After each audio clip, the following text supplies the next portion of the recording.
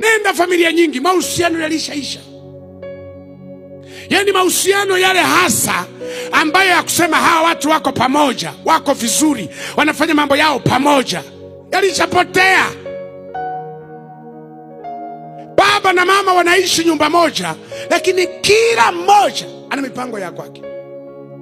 Hakuna anayejua mambo ya mwenzake. Wanaishi tu kama wapangaji wawili wamerenti one house. Ndio maana mwenzake akiondoka asubuhi, hakuna message, hakuna kinachoendelea, watakuja kukutana jioni.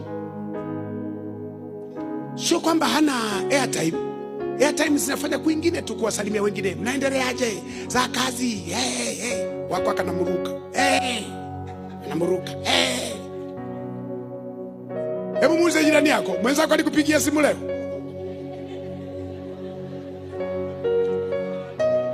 Muulize tu aseme ukweli.